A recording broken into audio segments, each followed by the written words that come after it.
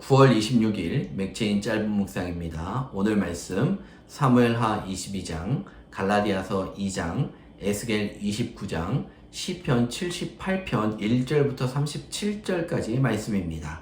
오늘은 다른 복음은 없지만 이라는 제목으로 짧은 묵상을 나누겠습니다.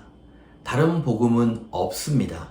하지만 서로 다른 사람은 있습니다.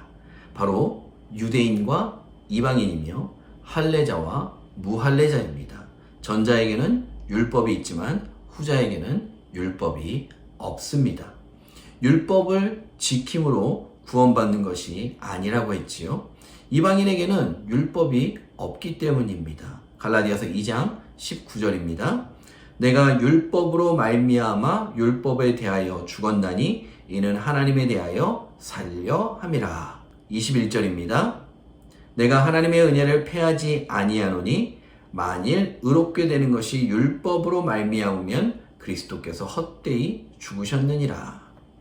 우리는 율법이 아닌 그리스도의 은혜 안에서 자유를 누립니다.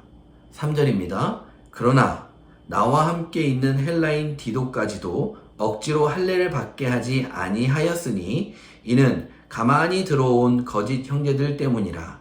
그들이 가만히 들어온 것은 그리스도 예수 안에서 우리가 가진 자유를 엿보고 우리를 종으로 삼고자 함이로되, 율법을 지킴으로 구원에 이르는 것이 아니기 때문에 율법이 없는 헬라인 디도에게 억지로 할례를 받게 하지 않았다고 합니다. 무할례자인 이방인들에게는 그리스도의 은혜 안에서 주어지는 자유가 있었던 것이죠. 하지만 율법을 가진 할례자들이 할례를 강요하면서 그리스도의 종이 아닌 율법의 종으로 삼으려 한다는 것이 이 말씀의 내용입니다. 유대인도 이방인도 할례자도 무할례자도 모두가 다 그리스도의 은혜 안에서 자유를 누릴 수 있습니다. 이 자유는 유대인이라 할지라도 스스로 할례를 거부할 수도 있는 것이고, 이방인이라고 할지라도 할례를 받고자 한다면 받을 수 있는 자유입니다. 무엇이든지 내가 주님과 더욱 하나가 되는 일이라면 그런 우리를 억압할 수 있는 것은 아무도 없기 때문입니다. 하지만 이 자유에 대한 책임은 분명히 존재합니다. 모든 것이 가하나 모든 것이 유익한 것이 아니라는 말씀처럼 우리가 자유할지라도 그로 인해 파생되는 책임은 감당해야 합니다. 베드로는 이방인과 함께 먹어도 아무 거리낌이 없는 자유가 있었습니다. 아마도 이전에 환상 가운데 부정한 짐승을 잡아먹으라 하던 그 주님의 명령과 그 이후로 고넬료 가정을 방문하였을 때 그들에게 성령이 임한 것을 확인한 이후부터 베드로에게는 이방인에 대한 거리낌이 없었던 것 같습니다. 하지만 이런 모습을 용납하지 못하는 사람들 앞에서까지 당당하지 못하고 자리를 피하는 모습에 바울은 베드로를 책망했다고 말하고 있는 것입니다. 바울은 이것이 외식하는 잘못된 행위라고 말하면서 베드로의 이런 행동이 다른 유대인들과 심지어 바나바에게까지 나쁜 영향을 끼쳤다고 말하고 있는 것입니다.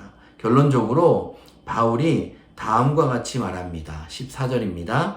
그러므로 나는 그들이 복음의 진리를 따라 바르게 행하지 아니함을 보고 모든 자 앞에서 게바에게 이르되 내가 유대인으로서 이방인을 따르고 유대인답게 살지 아니하면서 어찌하여 억지로 이방인을 유대인답게 살게 하려느냐 하였노라.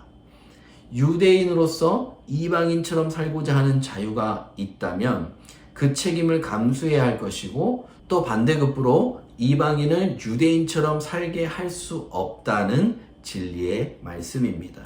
오늘의 묵상은 이것입니다. 오직 그리스도의 십자가 은혜로만 구원받는다는 것과 이것 외에 다른 복음은 없다는 것입니다. 하지만 사람은 다릅니다. 내가 그 은혜 안에서 얼마든지 누릴 수 있는 자유가 있지만 그 자유에 대한 책임은 감당해야 할 것이고 동시에 나의 자유로 다른 사람을 억누를 수 없다는 사실을 꼭 기억할 수 있길 바랍니다. 한 분 주님 안에서 서로 다른 지체로 한 몸을 이루어 교회를 세워가는 것이 어떤 의미인지 오늘 묵상을 통해 조금 더 깨달을 수 있는 시간이었기를 간절히 바랍니다.